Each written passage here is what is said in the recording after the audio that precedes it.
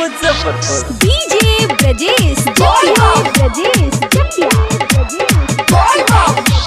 चढ़ल बसावन लागे मन भावन बोल बम बोल सन।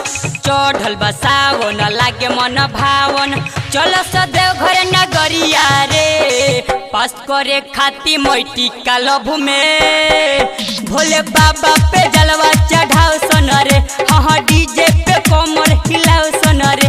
अरे बाबा के जाके मनाओ सन रे। चढ़ल बसावन लागे मन भावन बोल बम बोल सन। चढ़ल बसावन लागे मन भावन चलो सदैव घर नगरिया रे।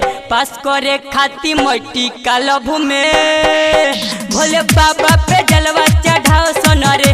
अरे डीजे पे कमर हिलाओ सन रे। हाँ बाबा के जाके मनाओ सन रे। बाबा के जाके मनाओ सन रे। बाबा के जाके मनाओ सन रे। आप सुन रहे सिंगर साजन सिंह दीवाना को। डीजे ब्रजेश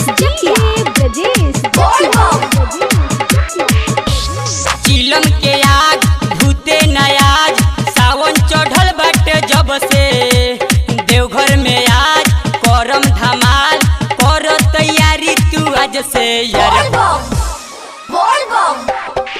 हाँ चिलम के आग भूते नयाज सावन चढ़ल बाटे आज से।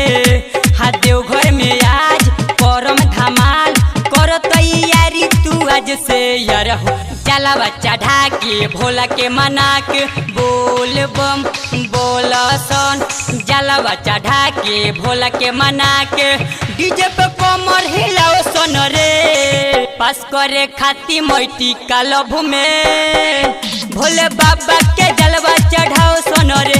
हरे डीजे पे कमर हिलाओ सन रे। हाँ बाबा के जाके मनाओ सन रे। बाबा के जाके मनाओ सन रे। बाबा के जाके मनाओ सन रे।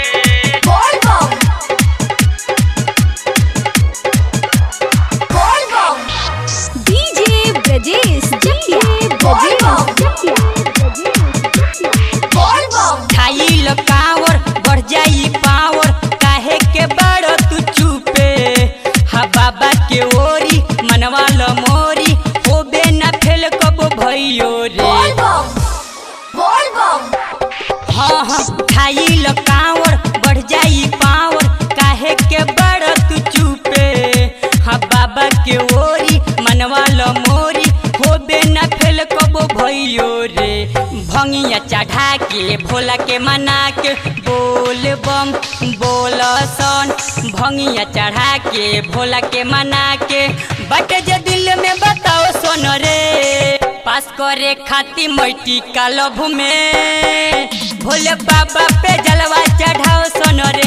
हरे डीजे पे कमर हिलाओ सन रे। हाँ बाबा के जाके मनाओ सन रे। बाबा के जाके मनाओ सन रे। बाबा के जाके मनाओ सन रे।